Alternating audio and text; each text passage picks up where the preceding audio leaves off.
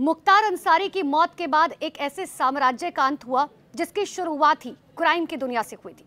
लेकिन मुख्तार अंसारी की मौत के बाद कई सवाल उठे कि आखिर मुख्तार अंसारी की मौत कैसे हुई। उनका परिवार जो है लगातार इस बात को लेकर कहता रहा कि स्लो पॉइजन यानी कि धीमा जहर देने की वजह से मुख्तार अंसारी की मौत हुई। लेकिन आज ही जब मुख्तार अंसारी के पोस्टमार्टम रिपोर्ट सामने आई तो उसके बाद हर चीज क्लियर हो गई कि आखिर कैसे शॉक की वजह से यानी कि हार्ट अटैक आने की वजह से ही जो है मुख्तार अंसारी की मौत हुई। जिसके बाद उन सभी बातों पर अब पूरी तरीके से पूर्ण विराम लग गया है, चाहे वो तमाम राजनीतिक दल हों, वो तमाम राजनेता हो या खुद उनका परिवार हो, जो इस बात को लेकर आरोप लगा रहा था कि मुख्तार अंसारी को जो है जहर दिया गया। लेकिन हमने देखा कि आखिर मुख्तार अंसारी की मौत के बाद किस तरीके से उनके जनाजे में जो है हजारों की भीड़ उमड़ी। वहां पर पुलिस को धक्का मुक्की करने पड़ गई। पुलिस लगातार माइक से इस बात की अनाउंसमेंट कर रही थी कि लोग जो है शांति बनाए रखें, लेकिन बावजूद इसकी वहां पर स्थिति जो है आउट ऑफ कंट्रोल होती हुई नजर आई। और इसीलिए वहां पर नारेबाजी जब की गई तो पुलिस ने साफ तौर पर कह दिया कि देखिए, ड्रोन के जरिए जो है लोगों के वीडियोज रिकॉर्ड किए जा चुके हैं, तो अब कोई भी नहीं बचेगा। लेकिन इन सब के बीच में हर किसी की नजर जो है वो एक शख्स पर थी, और वो थी आफशान अंसारी, यानी कि मुख्तार अंसारी की पत्नी। हर कोई सोच रहा था कि शायद आफशान अंसारी जो है वो मुख्तार अंसारी के जनाजे में जरूर पहुंचेंगी। पिछले 1 साल से लापता है और जाहिर सी बात है कि पति की मौत के बाद उनके अंतिम सफर में जो है हर किसी को इस बात की उम्मीद थी कि शायद जो है इस बार आफशान अंसारी नजर आएंगी। लेकिन आज हम आपको इस वीडियो के जरिए बताते हैं कि आखिर आफशान अंसारी जो है वो कौन है, मुख्तार अंसारी के परिवार में कौन कौन है और कैसे जो है इस क्राइम वर्ल्ड की शुरुआत हुई थी।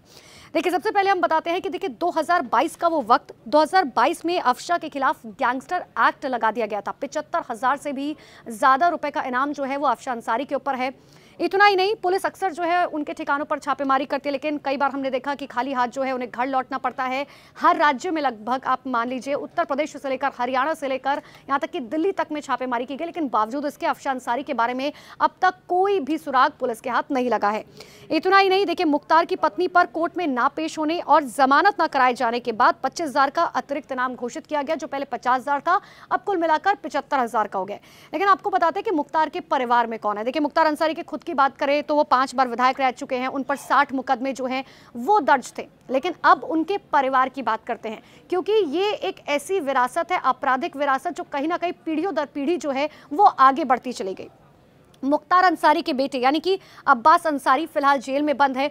वो अब्बास अंसारी जो हाई कोर्ट से लेकर सुप्रीम कोर्ट तक इस बात की गुहार लगाते रहे कि वो अपने पिता के अंतिम सफर में शामिल होना चाहते हैं, लेकिन कोर्ट ने उन्हें इजाजत नहीं दी। वो पैरोल पर चाहते थे कि बाहर आना, लेकिन कोर्ट ने उन्हें इजाजत नहीं दी। सिक्योरिटी रीजंस की वजह से साफ मना कर दिया गया। इतना ही नहीं, अब्बास अंसारी के ऊपर 7 केस दर्ज है।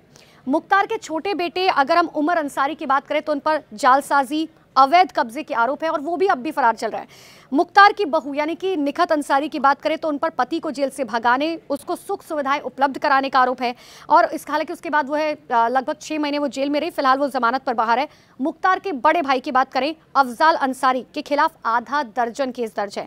हालांकि इस बार उन्हें समाजवादी पार्टी की तरफ से टिकट दिया गया और ये कहा भी जा रहा है कि उनका मुकाबला माफिया डॉन ब्रिजेश सिंह से हो सकता है। अफजाल को गाजीपुर से टिकट दिया गया है और देखिए गाजीपुर में ही हमने देखा कि किस तरीके से मुख्तार अंसारी को सुपुर्दे खाक किया गया, उन्हें वहीं पर दफनाया गया, क्योंकि यही वो गाजीपुर जगह है जहां से इस अंसारी परिवार की जो है आपराधिक दुनिया की शुरुआत हुई थी। अब ऐसे में हर कोई इस बात को ढूंढ रहा है कि आखिर आफशा अंसारी के बारे में क्या कोई भी सबूत हाथ लग पाएगा या नहीं लग पाएगा।